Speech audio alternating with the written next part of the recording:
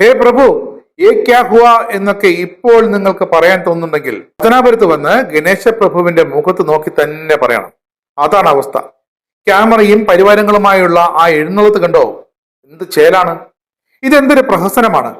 തന്റെ തെരഞ്ഞെടുപ്പ് പ്രചരണ ഗ്രൂപ്പിൽ പെടുത്തിയ അതിൽ പെട്ടുപോയ പത്തനാപുരത്തെ കുറേയധികം ഓൺലൈൻ മാധ്യമങ്ങളെ വിളിച്ചുകൂട്ടി ഒരു മഹാസംഭവം എന്ന രീതിയിൽ അവതരിപ്പിച്ച നാടകം പത്തനാപുരത്ത് താലൂക്ക് ഓഫീസിൽ ഇതാ പൊളിഞ്ഞ് പാളീസായി. നാടറിഞ്ഞ പലതരത്തിലറിഞ്ഞ മഹാനടനാണ്. പക്ഷേ മമ്മൂട്ടിക്കും മോഹൻലാലിനും ഒക്കെ ചില ചിത്രങ്ങൾ തിരുത്തിൽ വന്ന ആ പാളിച്ച ഈ നടനും സംഭവിച്ചിരിക്കുന്നു. ഇനി OCD വല്ലമാണോ എന്നറിയില്ല, ഇനി ആ രോഗം പകരുന്നതാണോ എന്നും അറിയില്ല.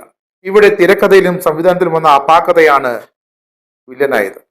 ചാനലുകൾക്ക് കുറച്ച് സമയം ലൈവ് ഓൺ എയർ വെറുതെ പാഴായിപ്പോയി കേട്ടോ. പത്തനാപുരം താലൂക്ക് ഹോസ്പിറ്റലിൽ നിർമ്മാണ പ്രവർത്തനവുമായി ബന്ധപ്പെട്ട സൈറ്റ് സന്ദർശിച്ച ഇടത് സ്ഥാനാർത്ഥിയുടെ നാടകത്തിന്റെ ഞട്ടും ബോൾട്ടുമാണ് ഇതാ ഇളകിപ്പോയത്. ഇതിനോടൊപ്പം താലൂക്ക് അനുവദിച്ച പല നിയോജക മണ്ഡലങ്ങളിലും താലൂക്ക് ഹോസ്പിറ്റൽ യാഥാർത്ഥ്യമായി പ്രവർത്തന സജ്ജമായി മുന്നോട്ട് പോകുമ്പോഴാണ് ഈ നാടകം പത്തനാപുരത്ത് താലൂക്ക് ഓഫീസ്. പത്തനാപുരത്ത് നിന്നും കെട്ടിടം പണി മാത്രം നടക്കുന്ന സ്ഥിതിയിലേക്ക് ദയനീയമായ ദൃശ്യങ്ങളാണത്. ഉമ്മൻചാണ്ടി സർക്കാരിന്റെ ഭരണകാലത്ത് അനുവദിച്ച താലൂക്കാണ് പത്തനാപുരം താലൂക്ക്. താലൂക്ക് വന്ന് ഇന്നേക്ക് 13 വർഷം കഴിയുന്നു. അപ്പോഴും താലൂക്കുമായി ബന്ധപ്പെട്ട പല സ്ഥാപനങ്ങളും ഇന്നും പത്തനാപുരത്തേക്ക് കടന്നു വന്നിട്ടില്ലെന്നത് യാഥാർത്ഥ്യവും വസ്തുതയും ദുഃഖകരവുമാണ്. പലതും വെട്ടിയിട്ട തേങ്ങാക്കുല പോലെ ചിതറിപ്പോയതുപോലെ മണ്ഡലത്തിന്റെ പലയിടത്തും അട്ടിയിട്ട് കിടക്കുകയാണ്. എന്നിട്ടും വികസന നായകനെന്ന പരിവേഷമാണ് ചില ആളുകൾ പത്തനാപുരത്തെ ആ MLAക്ക് ചാർത്തി കൊടുക്കുന്നത്. എന്തെങ്കിലും ഒരു നിവൃത്തി ഉണ്ടായിരുന്നെങ്കിൽ പെയിന്റ് അടിച്ച് ഉദ്ഘാടനം നടത്തുന്ന ഒരു സാഹചര്യവും വന്നേനെ. പക്ഷേ ഒരു പണിയും തീരാത്ത താലൂക്ക് ഓഫീസിൽ ഒരു കാരണവശാലും അത് നടക്കില്ല. കാരണം ഭിത്തിയിലെങ്ങാനും സിമന്റ് പോലും പൂശിയിട്ടില്ല. സിമന്റ് കട്ടയിൽ വെള്ളം പൂശുന്നത് ഐസ് കട്ടയിൽ പെയിന്റ് അടിക്കുന്നതിന് തുല്യം.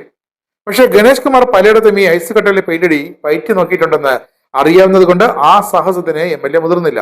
അതിന് പകരമായി തെരഞ്ഞെടുപ്പ് പെരുമാറ്റച്ചട്ടം നിലനിൽക്കുന്ന ഈ സാഹചര്യത്തിൽ സൈറ്റ് സന്ദർശനം നടത്തി താൻ എന്തൊക്കെയോ ചെയ്തിട്ടുണ്ടേ കണ്ടോ എന്ന വിശദീകരണമായി മാധ്യമങ്ങൾക്ക് മുന്നിൽ കടന്നു വന്നത് തെറ്റാണ്.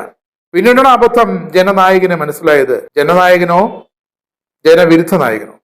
താലൂക്ക് ഹോസ്പിറ്റലുമായി ബന്ധപ്പെട്ട് പറയുമ്പോൾ നിയോജകമണ്ഡലത്തിലെ 6 പഞ്ചായത്തുകളുടെ ഫണ്ടുണ്ട്, ബ്ലോക്ക് പഞ്ചായത്തിന്റെ ഫണ്ടുണ്ട്. ഇതൊക്കെ ഉപയോഗിച്ചാണ് ഈ കെട്ടിടം കെട്ടിയുയർത്താനുള്ള സ്ഥലം വാങ്ങാൻ നടപടികൾ സ്വീകരിച്ചത്.